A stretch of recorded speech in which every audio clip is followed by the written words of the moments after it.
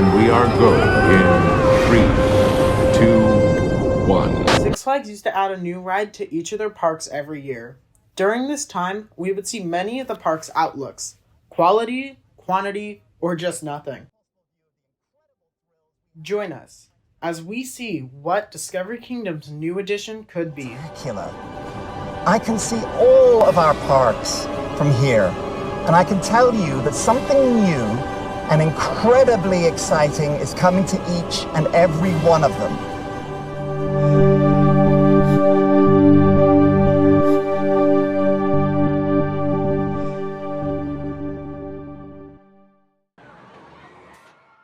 The management at Discovery Kingdom has been making massive changes to the back of the park after years of neglecting the attractions and offerings in the back of the park. The park has had a different outlook on adding new attractions. Many other Six Flags parks have just put in random additions that never really make sense, especially being that those parks have had the chance over the decades to fill out their lineup. Discovery Kingdom hasn't had the benefit of time, only becoming an actual theme park in 1997. So when they decide on what they are going to add to the park, it appears that they make a 5-year plan, deciding on what gets removed, renovated, and added, but most importantly, where the area is. We have seen this in the additions leading up to DC Universe. They took an underutilized part of the park and turned it into the land with the most main attractions in the park. It only took 7 years, ending in 2019 with Batman the Ride.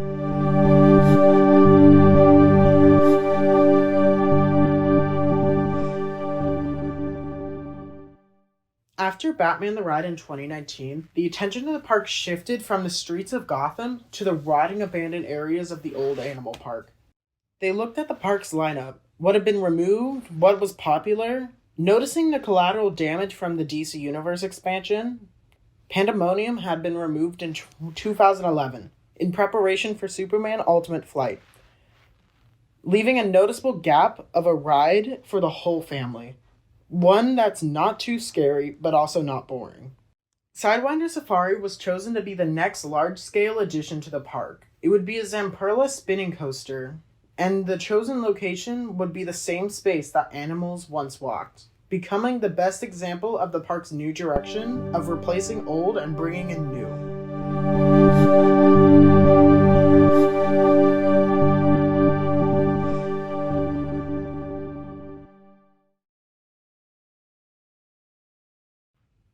Discovery Kingdom has spent the past few years removing many attractions and shops, which it happens that all of those offerings are all around the future site of Sidewinder Safari. All of these offerings have freed up a large portion of land, being about 63 square feet or 1.5 acres, including the old side of Voodoo, Sky Coaster, and the old Bird Theater. But if the park wanted to leave the theater space open to possibly bring back a new show, the space would be just under 0.7 acres. This provides a lot of possible new additions to the park in the future.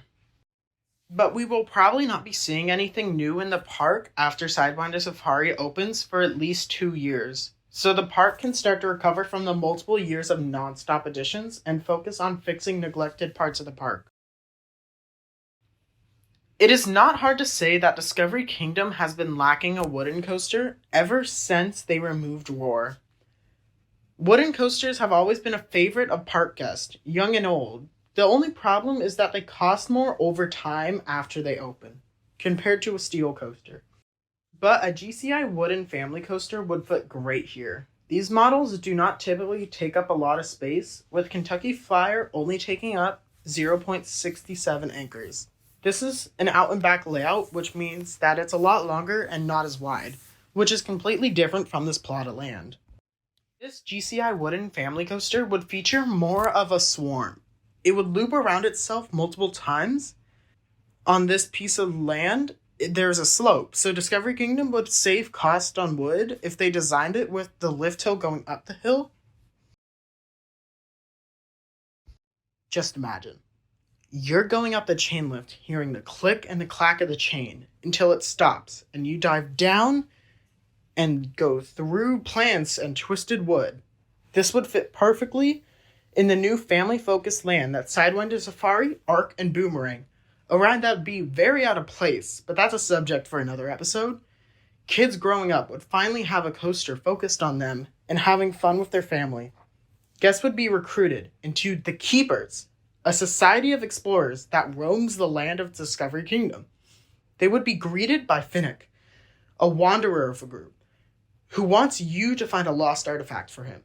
This plan would get out of hand very fast, as guests slowly causes chaos at each turn. Voyage of the Lost Artifact would be a guest favorite for years to come.